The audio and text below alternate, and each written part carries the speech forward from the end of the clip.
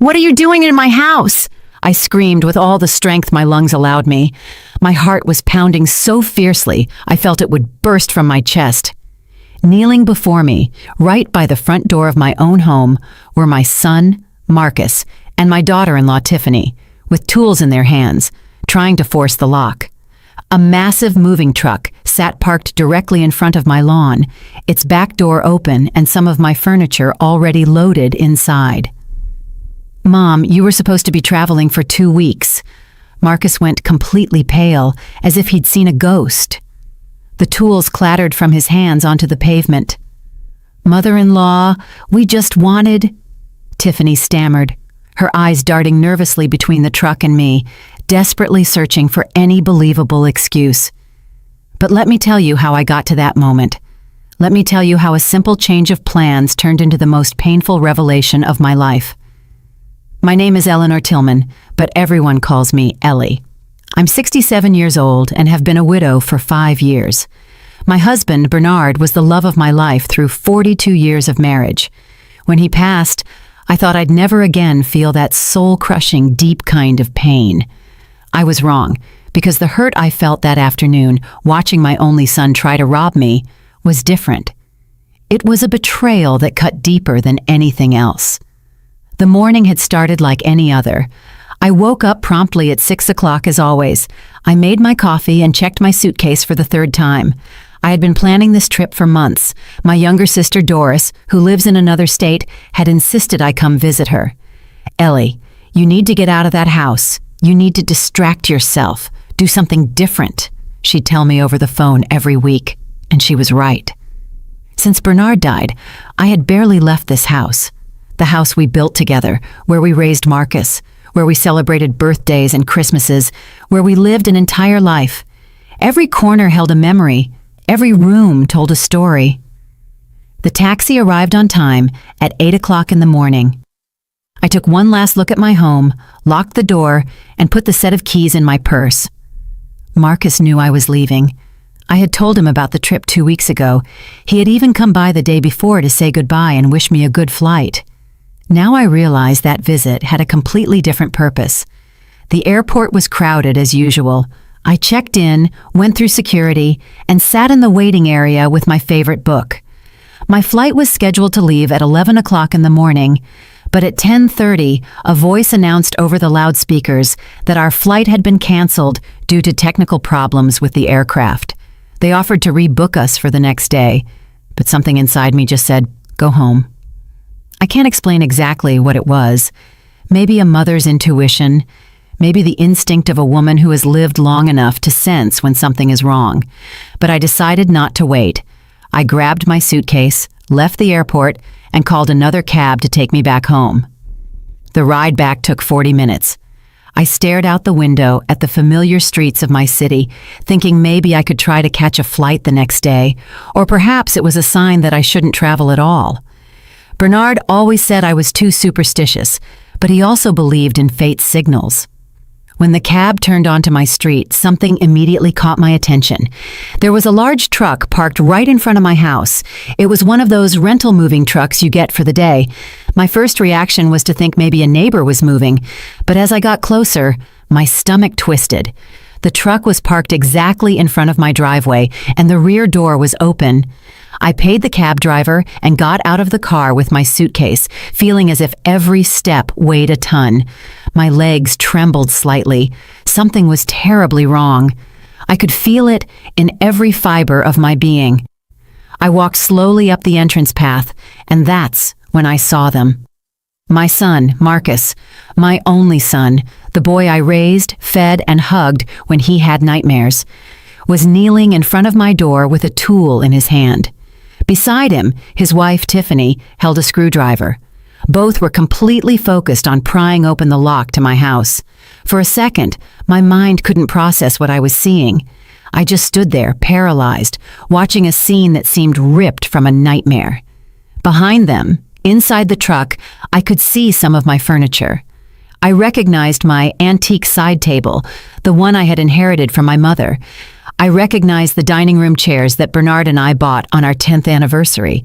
It was then I screamed, "What are you doing in my house?" Marcus dropped the tools and stood up so fast he nearly lost his balance. His face went from pale to sheer panic in a matter of seconds. Tiffany froze with the screwdriver still in her hand, her mouth opening and closing without making a sound.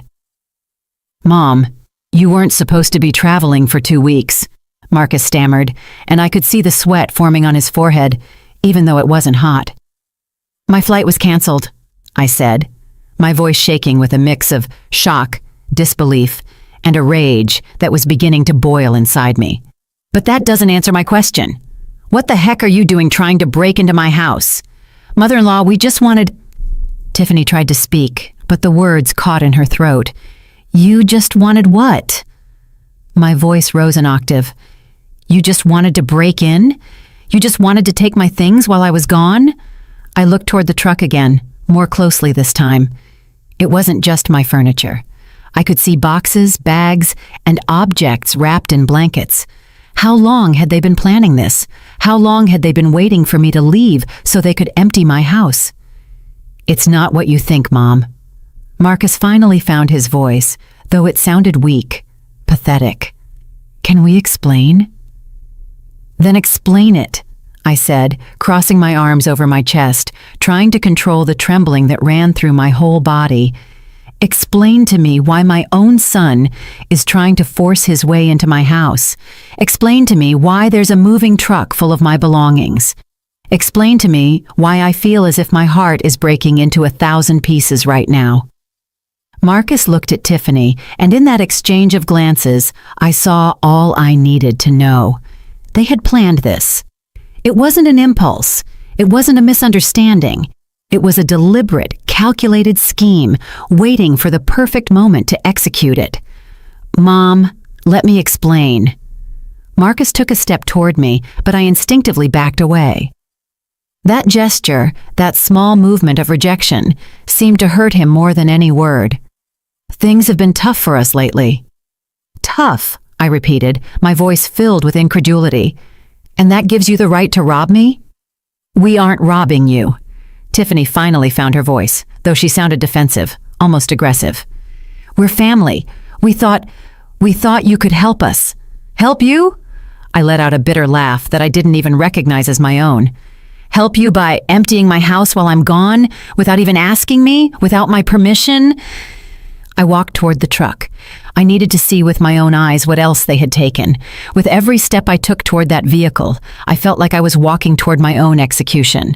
I climbed the rear ramp and began inspecting the contents. My heart sank further with every object I recognized. There was the porcelain set Bernard gave me on our 25th anniversary, the antique lamps we bought together at that flea market 30 years ago, the paintings that hung in the living room, including the one my mother painted before she died, books, trinkets, even my father's old radio. "How much?" I asked without turning to look at them. My voice was barely a whisper. "How much did you plan to get by selling my entire life?"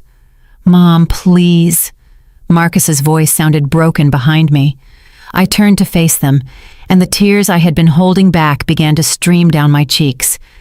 "I have one very simple question, Marcus. Just one question. And I want the truth. Is this the first time?" The silence that followed was deafening. Marcus couldn't meet my eyes. Tiffany bit her lower lip, staring fixedly at the ground. "Answer me," I demanded, my voice trembling. "Is this the first time you've been inside my house without my permission?" Tiffany started, but Marcus cut her off. "No," he finally admitted. And with that single word, I felt as if the air had been knocked out of my lungs. "We've been here before, when you went to the grocery store, when you visited Doris, when you went to your doctor's appointments." I leaned against the side of the truck. I needed something to support me because my legs threatened to give way. "How many times?" "I don't know, Mom. Several times in the last 3 months." 3 months. For 3 months, I had been living in my house, feeling safe, feeling at home, while my own son came and went like a thief. All those times I felt like something was out of place. All those moments I thought I was becoming forgetful, imagining I had left an object in a different spot. It hadn't been my imagination. It had been real. "What have you taken?" I asked, although I wasn't sure I wanted to know the answer. "Before today, what else did you carry away?" Tiffany and Marcus exchanged another glance, that silent communication of couples who share secrets. "Small things," Tiffany mumbled, "things we thought you wouldn't notice right away." "Like what?" I insisted, feeling the rage bubbling up again in my chest. "Some jewelry," Marcus admitted in a barely audible voice. "Some silver candle holders, a few antique books we thought had value." Every word was like a direct punch to my heart. "My mother's jewelry," I whispered. "The pearl earrings she left me before she died. The necklace she wore at her wedding. I thought I had lost them. I searched the entire house for weeks." "We needed them, Mom," Marcus tried to justify himself. "We had debts. We had to pay."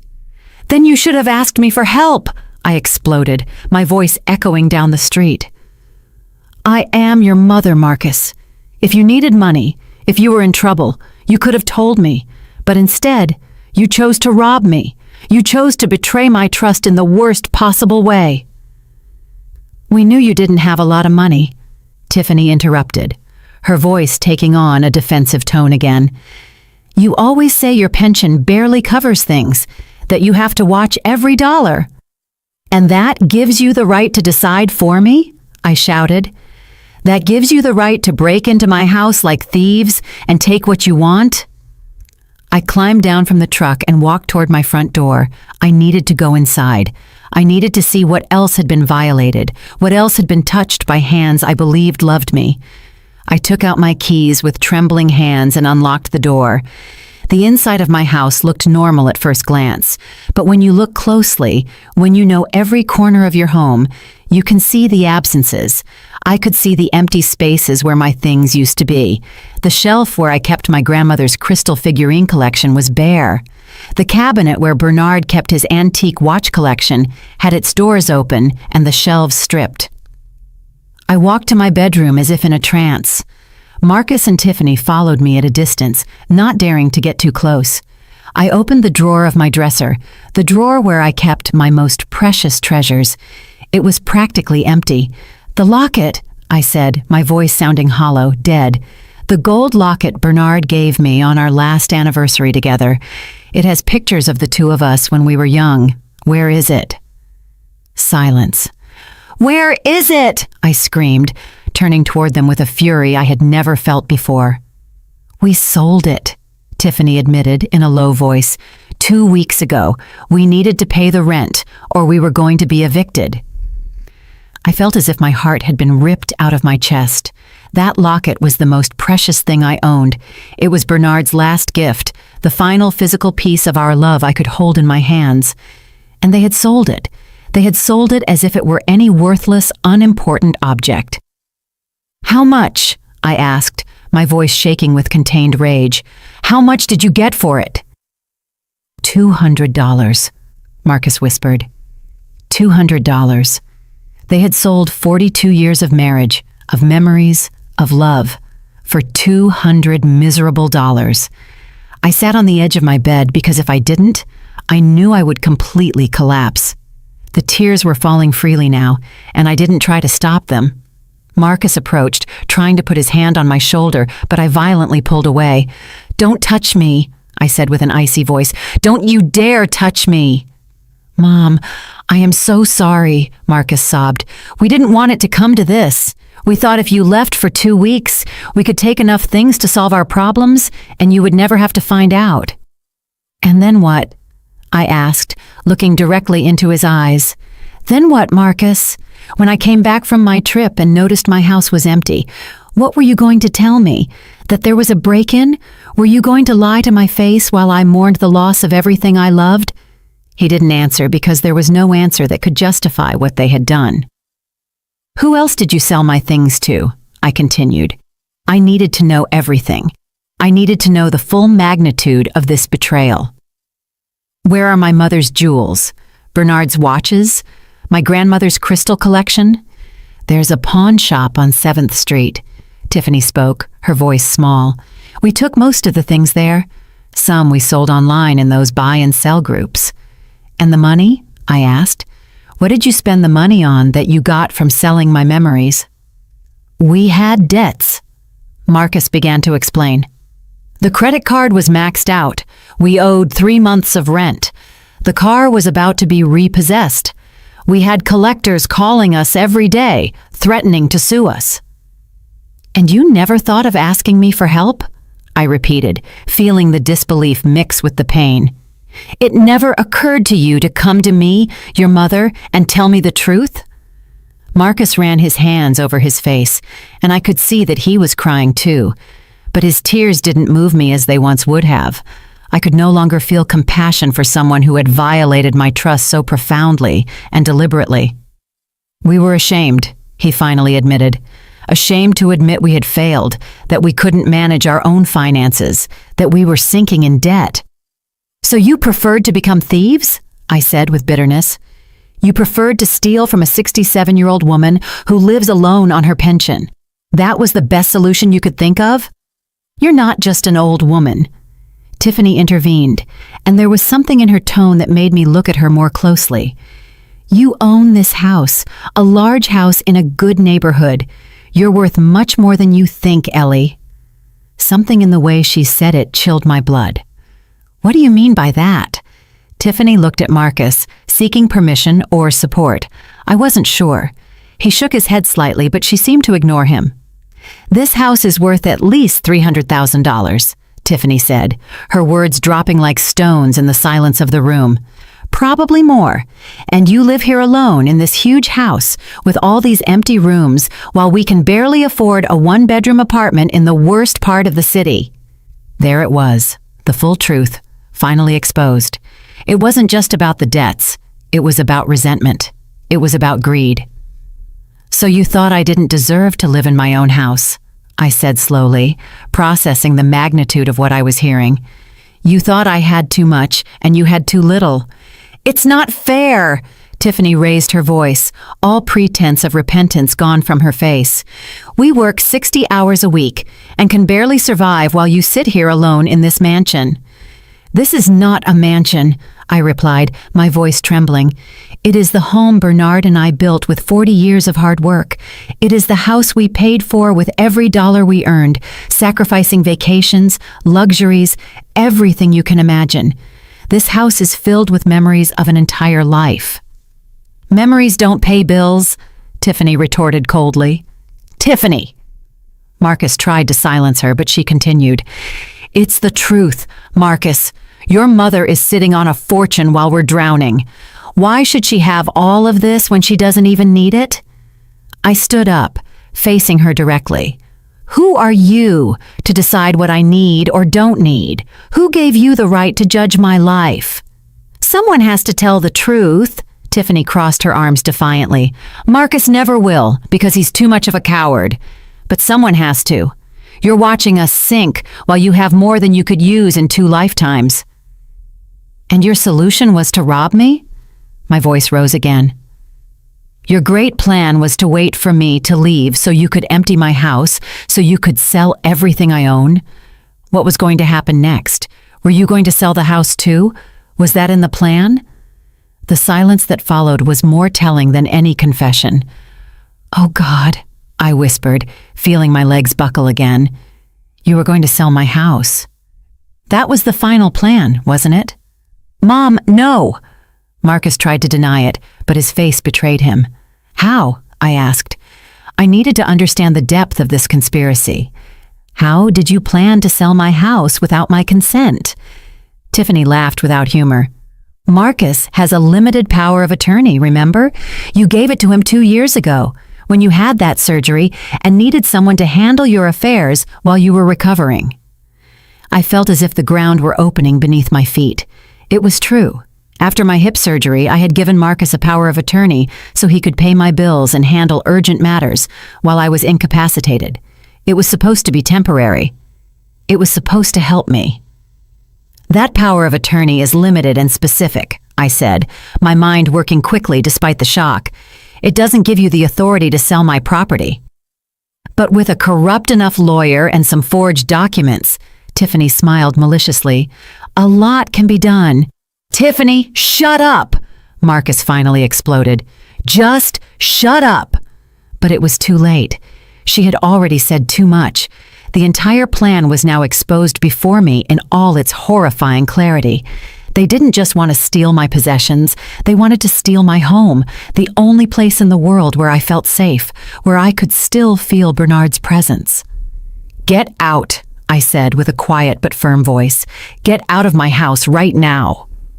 "Mom, please let me explain." Marcus tried to approach again. "There's nothing to explain," I interrupted him. "I want you to leave my house immediately, and I want you to return everything in that truck, now." "We can't do that," Tiffany said coldly.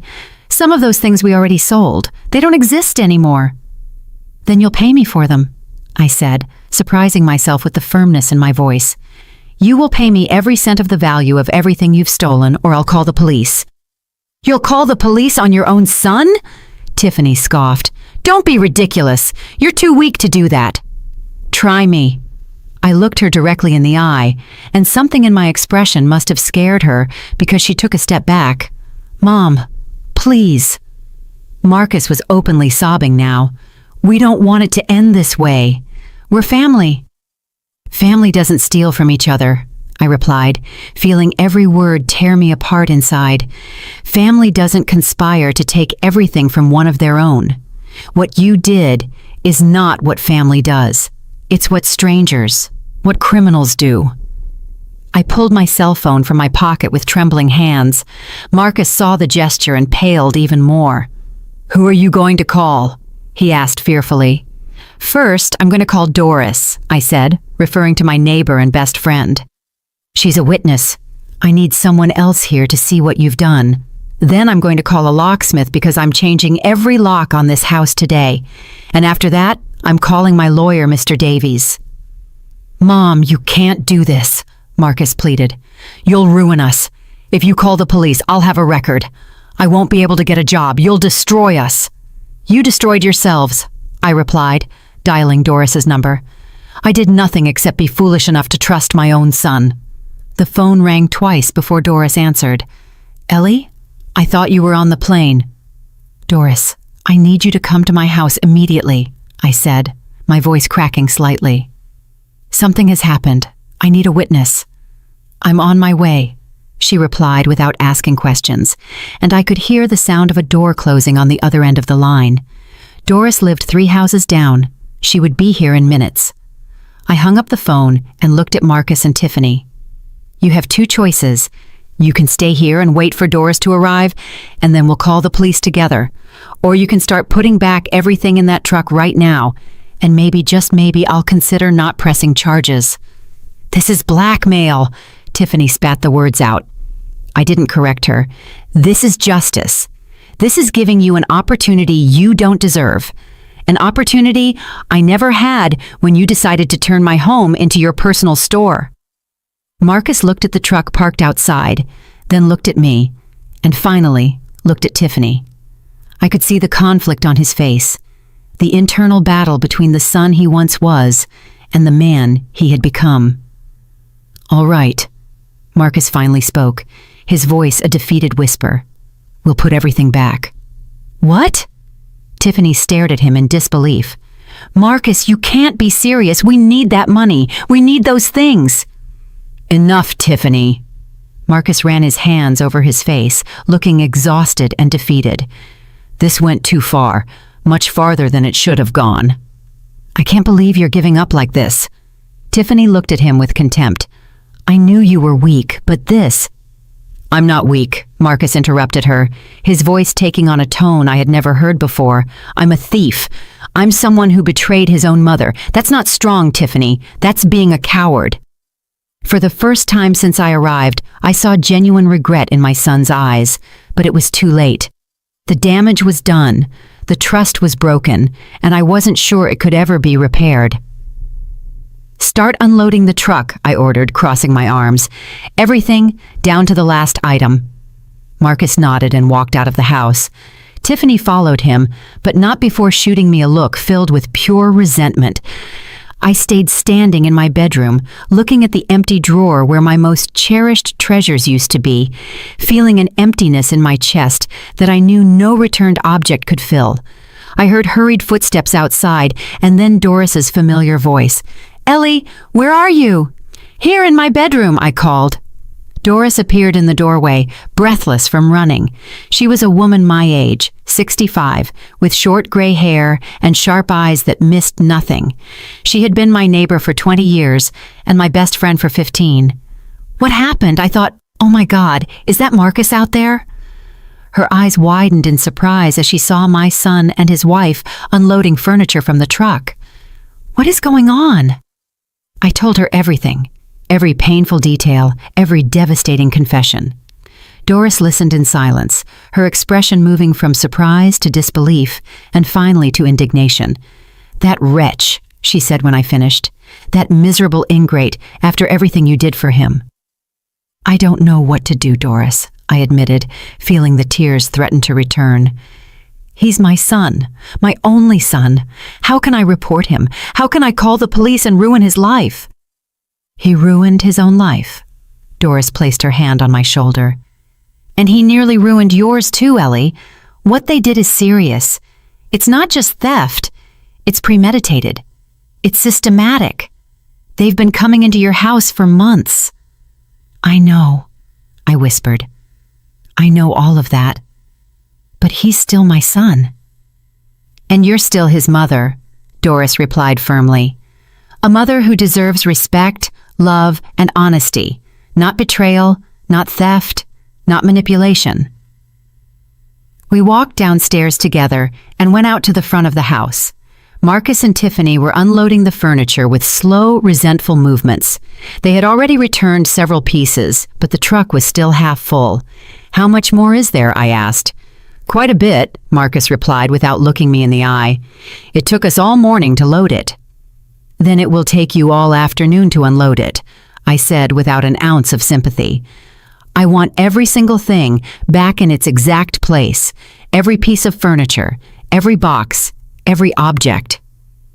Doris stayed with me, a silent but supportive presence.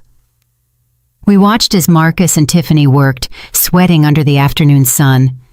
Neighbors began to come out, curious about the truck and the unusual activity. I could see the stares, the whispered conversations, the speculation. Mrs. Rodriguez from next door approached cautiously. "Ellie, is everything all right? I thought you were traveling." "The trip was canceled," I replied briefly, not wanting to go into detail. "Oh, what a shame. Well, if you need anything..." She let the offer hang in the air before retreating, clearly sensing there was more to the story, but not daring to ask directly. 2 hours passed. The sun was beginning to descend on the horizon when the truck was finally empty. I went inside the house to inspect, with Doris following me closely. The furniture was back, but everything felt different. It was no longer my safe sanctuary. Now it was a place that had been violated, invaded, desecrated. "A lot is missing," I said, looking at the empty spaces that still remained. "The jewels, the watches, the locket, the crystal collection." "We sold them, Mom," Marcus admitted, entering behind us. "We can't give them back because we don't have them anymore." "Then you'll give me a list," I said with a firm voice. "A complete list of everything you sold, where you sold it, when, and for how much. And you will pay me the true value of each object, not the pennies you probably got at the pawn shop." "We don't have that money," Tiffany protested. "We told you we're broke." "Then you'll get the money," I replied coldly. "You'll get extra jobs. You'll do whatever it takes, but you will pay me every cent." "And if we can't?" Tiffany challenged me. "Then I will press charges," I said simply. "I have a witness now." I pointed to Doris. "I have evidence of attempted breaking and entering. I have your confession recorded." I held up my cell phone and watched as both of them paled, realizing I had been recording the entire conversation since Doris arrived. "That's cheating," Tiffany accused. "No," Doris intervened with an icy voice. "That's smart. That's protecting yourself from people who clearly have no scruples." Marcus slumped onto the sofa, looking completely defeated. How much time do we have? You have 1 month, I decided on the spot. 1 month to get the money and return the value of everything you stole. If not, I will go to the police with everything I have. 1 month isn't enough, Tiffany protested. The debts we have total more than $15,000, and that's not counting what we owe you. That's not my problem, I said, and every word hurt because I knew I was closing a door, possibly forever. You had 3 months to steal from me. You have 1 month to compensate me. You are cruel. Tiffany spat the words out. I didn't correct her. I am fair, something you clearly don't understand. I pulled out my phone again and dialed another number. This time, it was the locksmith I had used before when I lost my keys some years ago. Hello, this is Eleanor Tillman.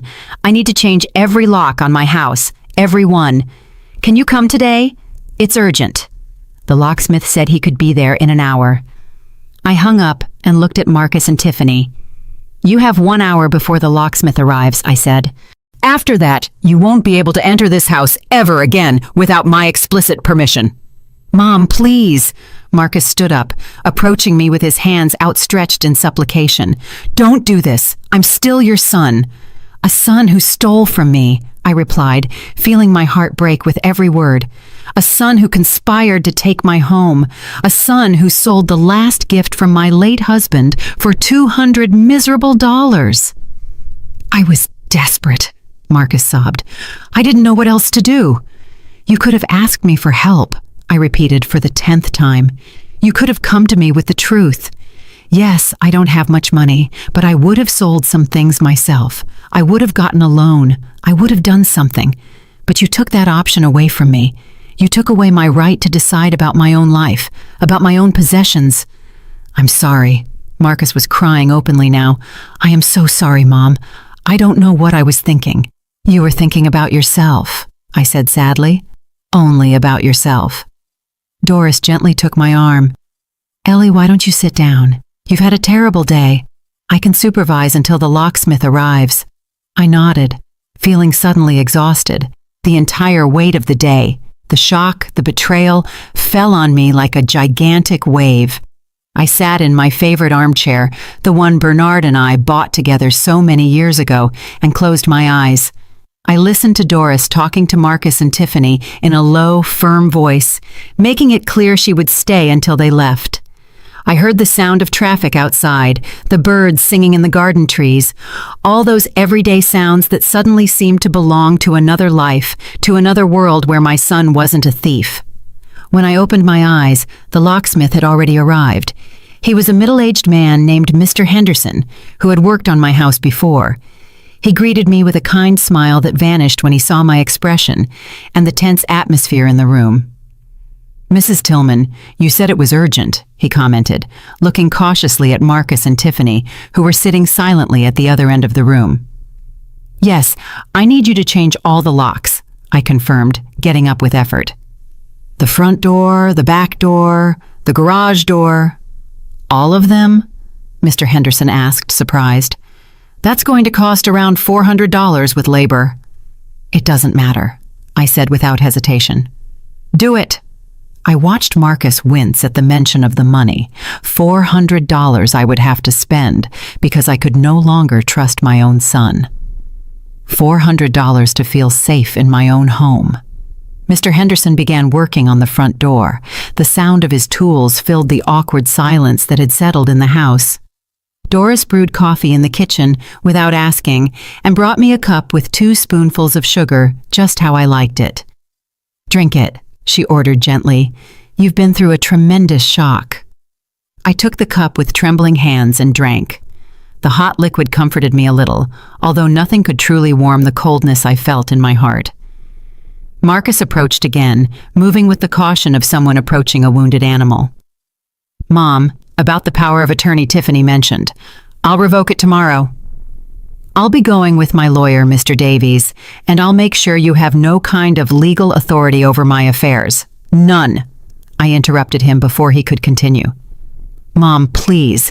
It wasn't my intention to misuse it, he tried to explain. It was Tiffany who suggested we could... Don't blame your wife. I cut him off again. You made the decision. You entered my house. You stole my things. You sold your father's locket. Those were your decisions, Marcus, yours. But she pressured me, he insisted. She said you were selfish, that you had too much while we suffered. She convinced me we were doing the right thing. And you believed her? I asked with disbelief. You really believed that stealing from your widowed mother was the right thing? Marcus didn't answer, but his silence was answer enough. Tiffany stood up abruptly. I'm not going to sit here and listen to you blame me for everything. Marcus is an adult. He made his own decisions. You're right, I agreed, surprising her. He is an adult who made terrible decisions. But you encouraged him, you manipulated him, you pushed him to betray his own mother. I didn't manipulate him, Tiffany protested. I just opened his eyes to reality. The reality that his mother lives like a queen while her son can barely pay the rent. Like a queen? I repeated, feeling the rage bubbling up again in my chest. I live like a queen. I cook my own meals because I can't afford to eat out. I wear the same clothes for years because I can't buy new ones. I clip coupons and wait for sales to buy groceries. That's living like a queen? You have a $300,000 house, Tiffany retorted.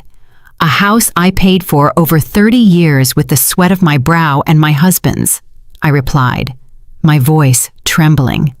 A house I don't plan to sell or mortgage because it's the only thing I have left of my life with Bernard. It's my home, my sanctuary, my refuge. It's a wasted investment, Tiffany said coldly.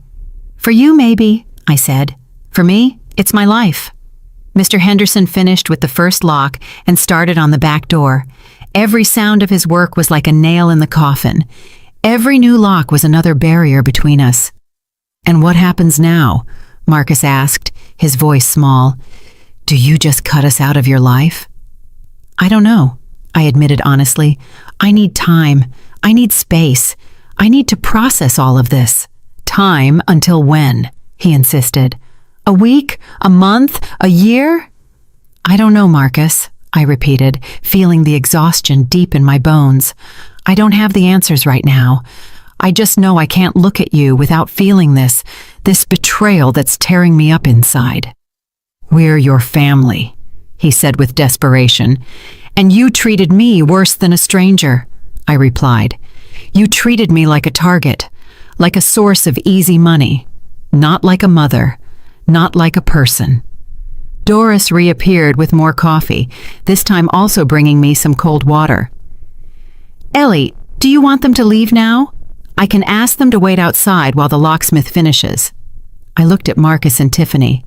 My son looked destroyed, his eyes red and swollen from crying so much. Tiffany looked resentful but defeated, knowing she had lost this battle. Part of me wanted to kick them out immediately, never to see them again. But another part, the part that was still a mother, despite everything, wanted to hug him and tell him everything would be all right. But I couldn't do that. Not yet. Maybe never. They can stay until the locksmith finishes, I finally decided. But after that, I want you to leave and not come back without calling first. If you show up here unannounced, I will call the police. You would call the police on your own son? Marcus asked in disbelief. After today, I don't know what you're capable of anymore, I replied with brutal honesty. So yes, I will call the police if necessary to protect myself. Those words seemed to hit him harder than anything else I had said. He sank back onto the sofa with his head in his hands, silently sobbing. Mr. Henderson worked for another hour, changing 3 locks in total, and handed me a complete set of new keys. He also offered to install additional security deadbolts, but I declined. I had spent enough money for one day. Mrs. Tillman, if you ever need to change the locks again or have any security problems, don't hesitate to call me, Mr. Henderson said upon finishing, putting away his tools. He gave me his card and a sympathetic look that suggested he had understood more of the situation than I would have liked. I paid him in cash, money I had saved for emergencies. I never imagined an emergency would be protecting myself from my own son. After Mr. Henderson left, I turned to Marcus and Tiffany. It's time for you to go. Marcus slowly stood up, like a man walking toward his execution. "Mom, can I at least give you a hug? Can I at least say goodbye properly?" I looked at my son, the boy I had raised, the baby I had held in my arms, the teenager I had helped with homework, the young man I had watched marry with hope and love, and I felt nothing. A void where unconditional love used to be. "No," I said simply. "Right now, I can't bear for you to touch me." I saw the pain in his eyes, and a small, cruel part of me was glad. I wanted him to feel, even if it was a fraction of the pain I was feeling. "I understand," Marcus whispered. "Mom, I'm so sorry. I'm sorry for everything. I know those words mean nothing now, but I'm saying them anyway." "You're right," I said with a hollow voice. "They mean nothing." Tiffany didn't say anything. She just picked up her purse and walked toward the door. Marcus followed her after one last look at me, a look full of regret and despair. "Remember," I said before they left, "you have 1 month to get the money and return what you stole. If not, I'm going to the police with everything." "We'll get it," Marcus promised, though his voice lacked conviction. And then they were gone. I heard the sound of their footsteps fading away, the moving truck's engine starting, the vehicle driving off down the street, and then, for the first time all day, there was silence. Doris closed the door and slid the bolt of the new lock. The sound was definitive. Final. "Ellie," Doris said softly, coming to sit next to me. "Are you okay?" "No," I admitted. And finally, I allowed the tears to flow freely. "I'm not okay at all." Doris hugged me as I cried. I cried for the lost innocence, for the broken trust, for the relationship that might never be repaired. I cried for the son I thought I had, and for the man he had truly become. I cried for Bernard, wishing he were here, wishing he could tell me what to do. "Let it out," Doris murmured, stroking my hair like a mother would. "Cry all you need to. You've earned it." I don't know how long we stayed like that. The sun had completely set when I finally pulled away from her, my eyes swollen and my throat sore from all the sobbing. Doris brought me a tissue and a glass of cold water.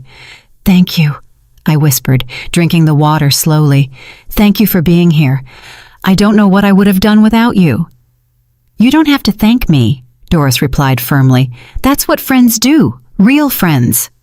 That word real resonated in my mind. Real friends, real family. What did those words really mean? I had thought family was sacred, that blood was thicker than water, that a son would always be a son. But today had taught me that family could betray you as profoundly as any stranger, perhaps more profoundly, because you trusted them in a way you would never trust anyone else. "You need to eat something," Doris said, getting up from the sofa. "I bet you haven't eaten all day." She was right. My last meal had been breakfast that morning, an entire lifetime ago, but the idea of eating made my stomach turn. "I'm not hungry," I protested weakly. "I don't care." Doris was already in the kitchen, opening the refrigerator. "You're going to eat even if I have to put it in your mouth myself. You've had a tremendous shock, and you need to keep up your strength." She made me a simple sandwich and a hot soup she found in the pantry. She forced me to eat while she sat across from me, watching me like a hawk. Every bite was difficult to swallow, but I did it because I knew she was right. I needed to maintain my strength for what would come next. "So what now?" Doris asked when I finished eating. "What's your plan?" "Tomorrow I'm going to see my lawyer, Mr. Davies," I said, having thought about this over the last few minutes. "I need to revoke that power of attorney immediately. After that, I need to make a complete inventory of everything they stole and estimate its true value." "I can help you with that," Doris offered. "I have a good memory for details. I remember many of the things you had." "Thank you," I said, feeling a surge of gratitude toward this woman who had shown up without question, who had stayed by my side through the entire horrible day. "I also need to decide if I'm really going to press charges if they don't pay me." "Do you have doubts?" Doris asked with surprise. "He's my son, Doris," I sighed. "I know what he did. I know he has no excuse, but he's still my son. How can I send my own child to jail? You wouldn't be sending him, Doris replied with gentle firmness. He sent himself with his actions. You are just protecting your rights, your property, your security. I know that in my head, I admitted, but my heart says he's my baby, the child I raised, fed and nursed when he was sick. That child grew up, Doris said softly, and the man he became made choices that have consequences. You can't protect him from the consequences of his own actions forever, Ellie. Sometimes love means letting people face what they've done. Her words made sense, but that didn't make them any easier to accept. Doris stayed with me until late that night. We went through every room in the house together, making notes of what had been returned and what was still missing. The list of lost objects was devastating. My mother's jewelry, valued at least $5,000. Bernard's antique watches, which had been appraised at $3,000 some years ago. My grandmother's crystal collection, irreplaceable, but probably valued at around $2,000. And the locket, my precious locket, which was priceless to me, but which they had sold for $200 miserable dollars. They're looking at a debt of at least $15,000, Doris calculated, reviewing our notes. And that's being conservative with the estimates. Some of these things could be worth much more. They'll never have that money, I said with certainty. They already said they have $15,000 in debts. How are they going to come up with another $15,000 in 1 month? Then you'll go to the police, Doris said simply, as if it were the most obvious thing in the world. Then I'll go to the police, I repeated, testing the words in my mouth. They felt strange, wrong, as if I were speaking a foreign language. That night, after Doris finally went home, I stayed awake for hours. The house felt different. Every creak made me jump. Every shadow seemed threatening. This place that had been my sanctuary for decades now felt like a violated, unsafe space. I got up and checked all the locks 3 times, then 4 times, then 5.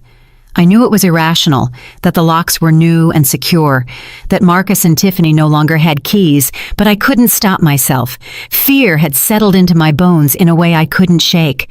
Finally, around 3 o'clock in the morning, I fell asleep on the sofa with all the lights on, unable to bear the idea of sleeping in my bedroom where much of the confrontation had occurred.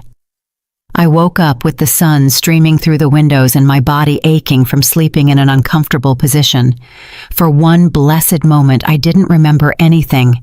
Then everything came rushing back like a cold wave, and I had to take several deep breaths to keep from starting to cry again. I forced myself to get up, make coffee, and follow a normal routine, even though nothing was normal. I called my lawyer, Mr. Davies, as soon as his office opened at 9 o'clock in the morning. "Mrs. Tillman, what a surprise," he said, with his professional but kind voice. "How can I help you?" "I need an urgent appointment," I said, trying to keep my voice steady. "I need to revoke a power of attorney and possibly discuss filing criminal charges." There was a pause on the other end of the line. "Criminal charges? Is everything all right?" "No," I admitted. "Nothing is all right, but I prefer to discuss it in person." "I can see you this afternoon at 2 o'clock, he offered. "Does that work for you?" "Perfect," I accepted. "I'll be there." I spent the next few hours preparing for the meeting. I organized all my notes, the recording of the confrontation with Marcus and Tiffany, the photos I had taken of the moving truck, and the objects being returned. Doris was right about being meticulous with documentation. If this was going to involve the police, I needed solid evidence. At 1:30, I dressed in my best outfit, one Bernard always said made me look powerful and elegant. I needed to feel powerful today. I needed to feel I still had control over something in my life. Mr. Davies' office was downtown, in an old but well-maintained building. I had known him for years. He had handled the sale of our first house. He had helped with Bernard's will. He had been a constant presence during the important legal moments of my life. His secretary ushered me in immediately. Mr. Davies stood up from his desk when I entered, and his concerned expression told me that something in my appearance revealed the trauma I had experienced. Mrs. Tillman, please sit down, he said, gesturing toward a comfortable chair in front of his desk. You look, well. No, I said honestly, sitting down. I'm not well, but I need your help to fix this. And then I told him everything, every painful detail of that horrible day. Mr. Davies listened without interrupting, taking occasional notes, his expression growing graver with each revelation. This is serious, Mrs. Tillman, he said when I finished. Very serious. We're talking about theft, possible forgery of documents, conspiracy. Your son could face years in prison. I know, I whispered. Why do you think I'm so distraught? I understand your conflict, Mr. Davies said with compassion. He's your son, but you also need to protect yourself. First, we will revoke that power of attorney immediately. I can prepare the documents today. Thank you, I said with relief. Second, we need to decide about the criminal charges, he continued. You have solid evidence, the recording, your neighbor's testimony. The facts are clear, but once you file the charges, there's no turning back. The legal process will run its course. I gave him a month, I explained. A month to return the value of what they stole. Mr. Davies nodded thoughtfully, clasping his hands on his desk. 1 month is reasonable, considering the circumstances, but we need to formalize this. It can't just be a verbal agreement. We need a legal document that clearly establishes the terms. What kind of document? I asked, relieved to have someone who knew how to handle this professionally. I will prepare a restitution agreement, Mr. Davies explained. It will detail every stolen item, its estimated value, and the total amount they must return. It will also include a specific deadline, 30 days from signing, and the consequences if they fail to comply, which would be the immediate filing of criminal charges. They would have to sign it? I asked. Yes, he confirmed, and we'll need them to do so before a notary. That makes it legally binding. If they don't sign, well, that in itself would be an admission that they know they did something wrong and aren't willing to make amends. And if they sign but don't pay? My voice trembled slightly. Then you have a legal document proving they admitted to the theft and agreed to restitution, Mr. Davies said firmly. That makes pressing charges much simpler. They would essentially be condemning themselves. I nodded slowly, processing everything. How long will it take you to prepare that document? I can have it ready tomorrow morning, he replied. I will also include a clause prohibiting any unsolicited contact with you or entry onto your property without your explicit written consent, basically a civil restraining order. Thank you, Mr. Davies, I said, feeling for the first time since yesterday that someone was on my side, protecting me. I don't know what I would do without your help. That's what I'm here for, he replied with a kind smile. Now, let's talk about the power of attorney. Do you have the original document? I took the document out of my purse. I had kept it in my safe at home along with other important papers. Mr. Davies reviewed it carefully, frowning as he read. This power is quite broad, he commented with concern. More than it should be for a temporary post-surgery power. Who drafted this? A lawyer Marcus recommended, I admitted, feeling a new weight in my stomach. He said he was a friend of his, that he would give us a good price. Mrs. Tillman. Mr. Davies looked at me seriously. This document gives your son authority over virtually all your financial and legal affairs. With this, he could theoretically sell your house, empty your bank accounts, take out loans in your name. Do you realize how dangerous this is? I felt like I had been hit, but the lawyer said it was standard, that it was what was needed to handle my accounts while I was recovering. He lied to you, Mr. Davies said bluntly. He was either incompetent or he did it intentionally. I suspect it was the latter. Did you pay for this service? Marcus paid, I remembered. He said it was his gift to me so I wouldn't have to worry about legal expenses while I was sick. I understand. Mr. Davies made some additional notes. We need to revoke this immediately, and I also need to look into that lawyer. Do you remember his name? I gave him the name and watched Mr. Davies's expression darken even further. I know that man, he said with disgust. He's had several complaints filed with the Bar Association.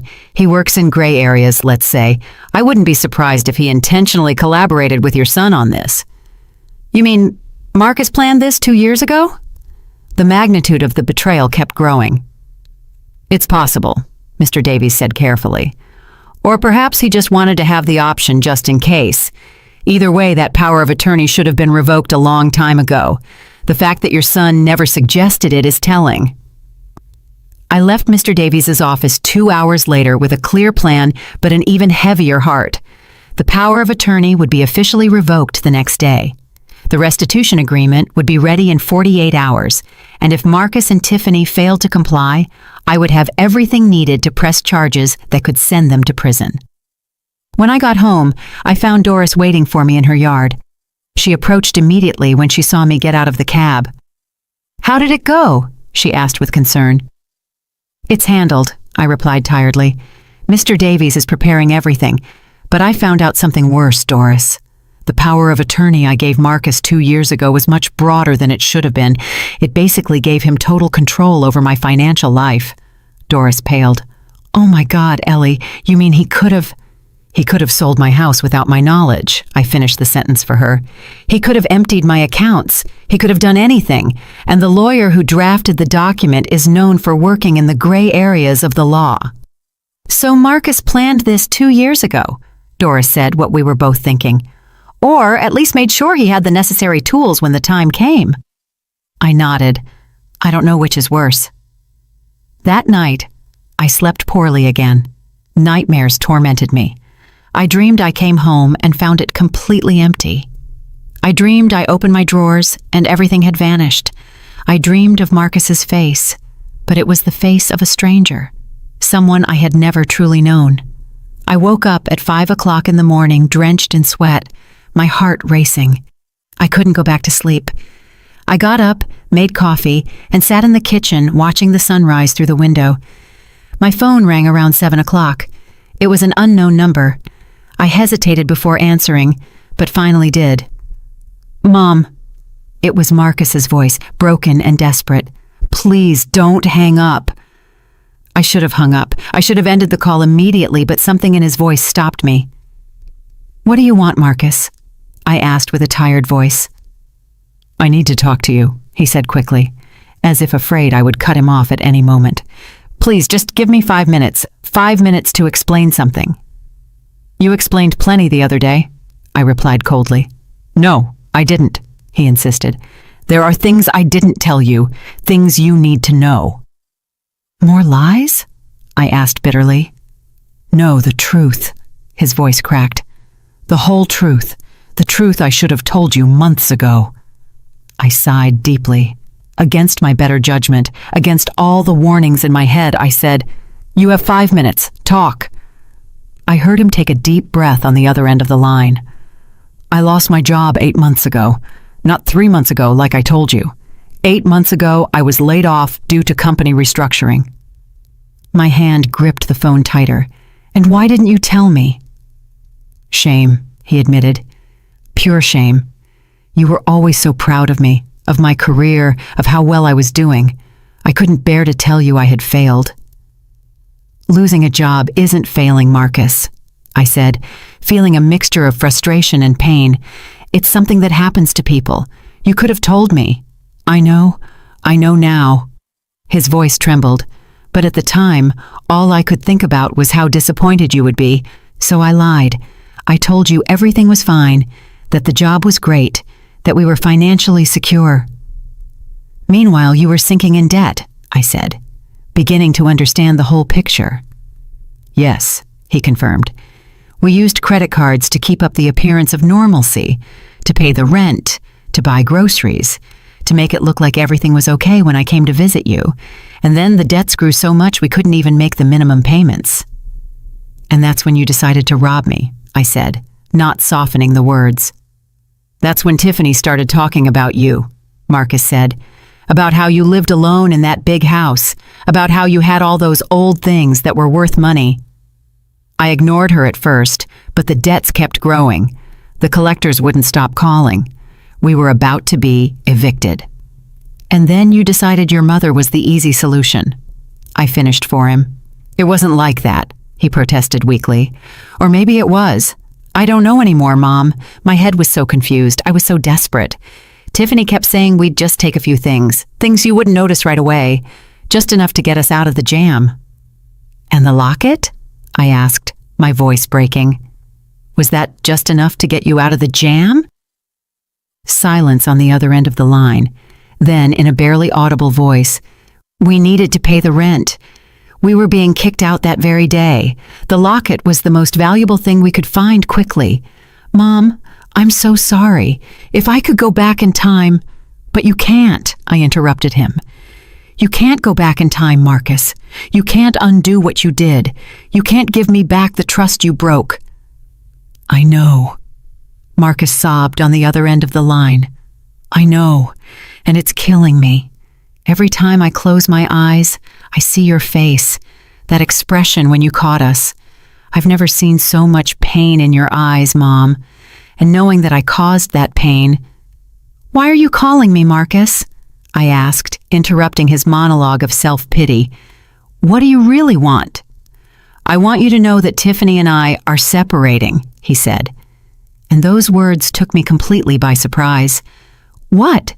Was all I could say. After we left your house the other day, we had a terrible fight, he explained. The worst of our marriage. I told her we never should have done what we did, that it was unforgivable. She said I was weak, that I was pathetic for feeling guilty.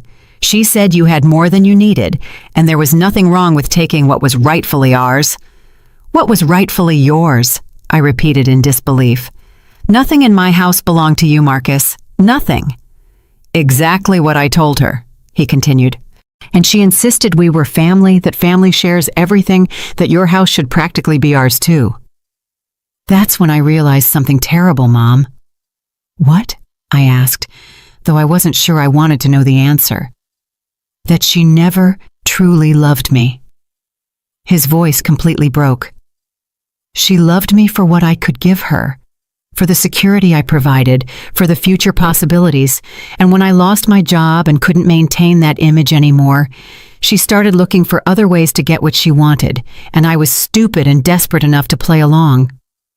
I felt a strange mix of emotions. Part of me wanted to console my son, tell him everything would be all right, but another part, the part that was still bleeding from the betrayal, remained cold and distant. That doesn't excuse what you did, I said finally. Tiffany may have suggested the idea, but you made the decision. You entered my house. You took my things. You sold your father's locket. You. You're right, he admitted. And I'm going to make things right, Mom. I got a job yesterday. It's not much. Just a warehouse job, night shift. But it pays $20 an hour. And I also got a second job during the day at a gas station. Between the two jobs, I can make around $2,500 a month. I did quick mental calculations. That wouldn't be enough to pay $15,000 in 1 month.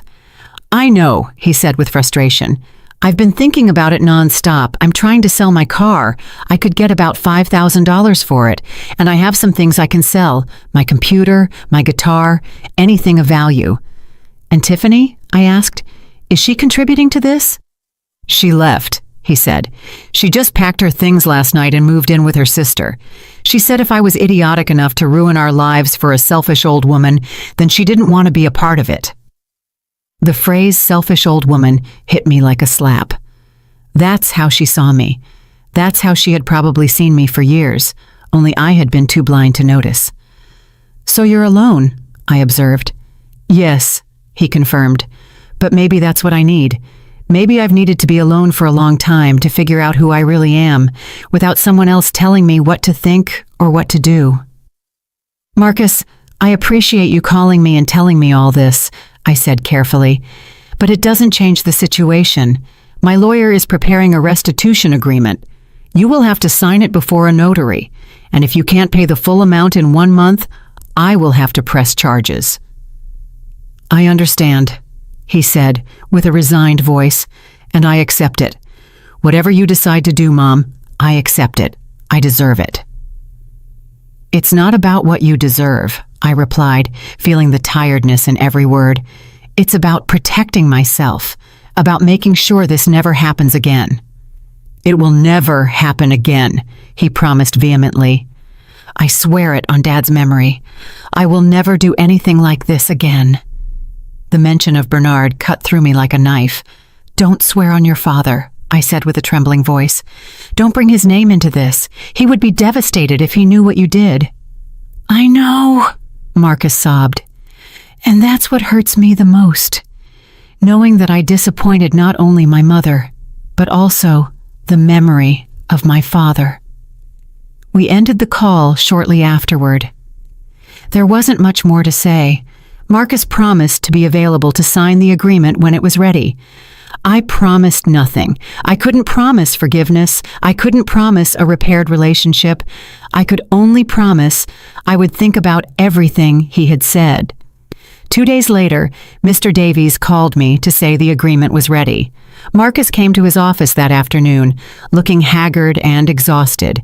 He had deep circles under his eyes, as if he hadn't slept in days. He had lost weight. His clothes hung loosely on him. "Hi, Mom," he said when he saw me, his voice barely a whisper. "Marcus?" I replied with a brief nod. Mr. Davies had us sit down and explain the terms of the agreement. Marcus listened in silence, nodding occasionally. When Mr. Davies finished, Marcus signed without asking questions, without trying to negotiate. His signature trembled slightly on the paper. "I understand I probably won't be able to pay everything in 1 month," he said after signing. "But I want you to know I'm going to try with everything I have. And if I can't, I'll accept the consequences. I won't run away. I won't hide. I'll face what I did." I nodded, not trusting my voice to speak. Seeing him like that, so broken and defeated, broke my heart despite everything. He was still my son. That part was never going to change, no matter what he had done. The following weeks were the hardest of my life. Every day I woke up feeling the weight of the decision I would have to make. Marcus called me weekly to report his progress. He had sold his car for $4,000. He had sold his computer, his guitar, his television, everything he owned of value. He had secured a third job on the weekends. He was working nearly 80 hours a week, barely sleeping. "I've gathered $10,000, he informed me in the third week. "I know it's not enough, but I'm trying." "Mom, I promise you, I'm trying." Doris came to visit me every day. She brought me food, forced me to go for walks, and kept me sane. One afternoon, while we were having tea in my living room, she asked me the question I had been avoiding. "What are you going to do when the month is up?" she asked directly. "I don't know," I admitted honestly. "I don't know, Doris. I see how hard he's working. I see that he's genuinely repentant, but that doesn't change what he did." "No, it doesn't change it," Doris agreed. "But you have to decide what's more important to you, justice or family." "Why can't I have both?" I asked with frustration. "Maybe you can," Doris said thoughtfully, "but probably not in the way you expect. Justice doesn't always come from the courts, Ellie. Sometimes it comes in other forms." Her words gave me a lot to think about. I spent sleepless nights, struggling with my conscience. I thought about Bernard, about what he would advise me to do. He had always been gentler than me, more forgiving, but he had also been firm with boundaries and consequences. A week before the deadline expired, Marcus showed up at my door. He had called first, asking permission to visit. When I opened the door, I barely recognized him. He had lost at least 15 pounds. His face was gaunt, with deep lines of exhaustion and stress. "Come in," I said, stepping aside. He entered cautiously, like a frightened animal. He sat on the edge of the sofa with his hands clasped between his knees. "I have $10,000, he said, without preamble. "I know it's not enough. I'm missing 5,000. I've tried everything, Mom. I've worked until I thought I'd collapse. I've sold everything I owned. I even tried to get a loan. But without a stable job and with my credit history ruined, no bank would give me anything." "Marcus," I began, but he raised his hand. "Let me finish, please," he pleaded. "I know the agreement says that if I don't pay the full amount, you'll press charges. And I understand that. I accept it. But before you do, I need to tell you something." "I'm listening," I said softly. "These last 30 days have been the worst of my life," he began, his voice trembling. but they've also been the most revealing. Working all those jobs, living alone, having time to think about what I did, about who I had become. I realized something, Mom. What? I asked. I realized I lost my way a long time ago, Marcus continued, tears streaming down his cheeks. Dad died, and I didn't know how to handle it. Instead of talking to you, instead of processing my grief, I just buried it. I focused on work, on pretending everything was fine, on being the man I thought I should be. I felt my own throat tighten. We hadn't truly talked about Bernard's death. Not the way we should have. We had both suffered in silence, each trying to protect the other. And then I met Tiffany, he continued, and she was so self-assured, so determined. She made me feel like I could be strong again. But what she was really doing was letting another person make decisions for me, letting another person tell me who I should be. Marcus, we all make mistakes in relationships, I said softly. That doesn't justify— I know, he interrupted me. I'm not trying to justify anything. I'm just trying to explain how I got to the point where I thought stealing from my own mother was an acceptable option. I had lost my moral compass. Mom, I had lost sight of who I really was. He wiped his tears with the back of his hand, a gesture so familiar from when he was a child that I felt a sharp pang in my chest. These 30 days, working non-stop, living with almost nothing, facing what I did, it was like waking up from a nightmare, he said. And I realized something else. I realized that what I regret most isn't that you found out. It's that I did it in the first place. It's that I betrayed everything Dad taught me, everything you taught me about honesty and integrity. What do you expect me to do with this, Marcus? I asked, my voice breaking. What do you expect me to say? Nothing, he replied, surprising me. I don't expect your forgiveness. I don't expect you to forget what I did. I just wanted you to know that these 30 days changed my life. They taught me who I never want to be again, and no matter what you decide to do, whether you press charges or not, I'm going to spend the rest of my life trying to be the man Dad would have wanted me to be. We remained in silence for a long moment. I could hear the wall clock, the same one Bernard and I had bought on our trip to Europe 25 years ago. Each tick-tock seemed to mark the weight of the decision I had to make. Do you still have the $10,000? I finally asked. Marcus nodded, pulling a thick envelope from his jacket. It's all here, in cash, as the agreement specified. I took the envelope, feeling its weight in my hands. $10,000, 30 days of grueling work, of sacrifice, of facing consequences. It wasn't the full amount, but it was evidence of a genuine effort. I'm going to keep this, I said, and I saw his shoulders slump with relief. But I'm not going to press charges. Not yet? His voice was filled with cautious hope. Listen to me carefully, Marcus, I said firmly. I am not forgiving what you did. I'm not saying everything is okay. I'm saying that I see your effort. I see your genuine repentance.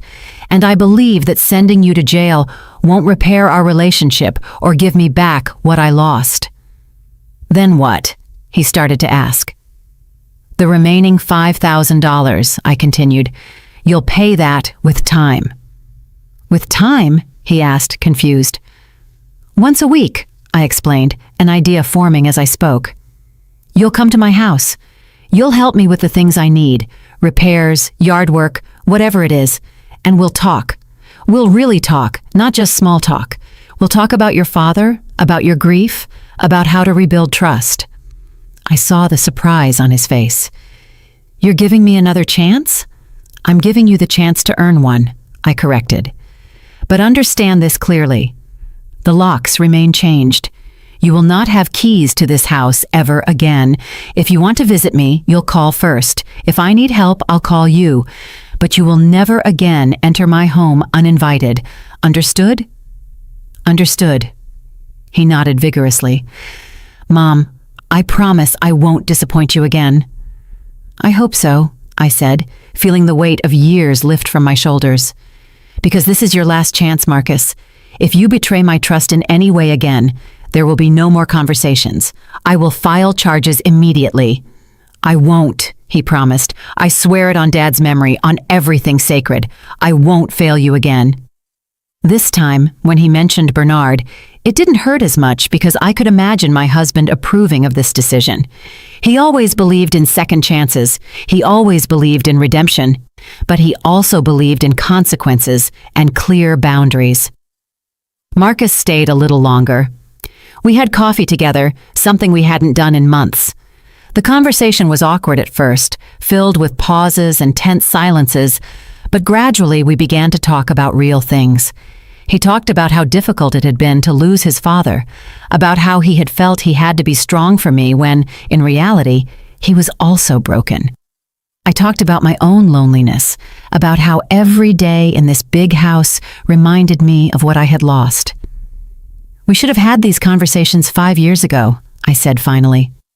"Yes," Marcus agreed, "but I guess it's better late than never." When he left that night, I hugged him for the first time since the day of the confrontation. It wasn't like before. There wasn't that unconditional warmth and trust, but it was a start, a small step towards something that, perhaps with time and effort, could heal. Doris came to visit me the next day, curious to know what I had decided. "I'm not going to press charges," I told her, "at least not right now." "Are you sure?" she asked, studying my face carefully. "No," I admitted honestly. "I'm not sure of anything, but I am sure that sending my son to jail won't give me back what I lost. It won't give me back Bernard's locket. It won't give me back the trust. It would only add more pain to an already painful situation." "You are stronger than you think," Doris said, taking my hand, "and wiser." "I don't feel wise," I sighed. "I feel tired." "Forgiveness is tiring," Doris observed, "but resentment is more tiring, and resentment lasts longer." She was right, as always. In the weeks that followed, Marcus kept his word. He called before every visit. He came once a week to help with chores around the house. He repaired the garden fence that had been broken for months. He cleaned the gutters.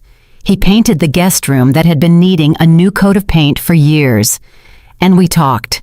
We talked about Bernard, about the good times and the difficult ones. We talked about his childhood, about the memories we shared. Slowly, very slowly, we began to rebuild something. It wasn't what we had before. That was lost forever. But it was something new, something built on honesty and clear boundaries instead of assumptions and blind trust. Months later, as I sat in my living room one quiet afternoon, I realized the house felt different. It no longer felt violated or unsafe. It felt like my home again, but a home I now protected with greater care. The new locks weren't just metal and mechanisms, they were symbols of healthy boundaries, of necessary protection. I thought about everything I had lost, my mother's jewelry, Bernard's watches, the precious locket. I would never get them back. That pain would always remain. But I had also gained something. I had gained the knowledge of my own strength. I had learned that love doesn't mean allowing yourself to be hurt. I had learned that forgiving doesn't mean forgetting or pretending nothing happened. I got up and walked to the front door, running my hand over the new lock. I remembered the words Doris had said months ago, words that now resonated with deep truth in my heart. "Not every closed door is bitterness," I whispered to myself. "Some are protection." I closed my eyes and could feel Bernard's presence around me in every corner of this house we built together, and I knew with a deep certainty that he would be proud of me, not necessarily for forgiving our son, but for protecting myself first, for setting boundaries, for knowing that true love includes respect, and respect requires limits. Outside, the sun was beginning to set, painting the sky with shades of orange and pink. It was the end of a day, but also the beginning of something new, a new way of living, more cautious perhaps, but also more conscious, stronger, more my own. And for the first time in a long time, I felt at peace. Did you like my story? And which city are you listening from? Let's meet in the comments. If you like the story, you can support me by sending a super thanks so I can keep bringing more stories like this. Thank you so much for your sweet support. I'm looking forward to your comments on the story. On the screen, you can see 2 new life stories that I highly recommend. There's so much more on my channel, don't forget to subscribe. See you in the next life story with love and respect.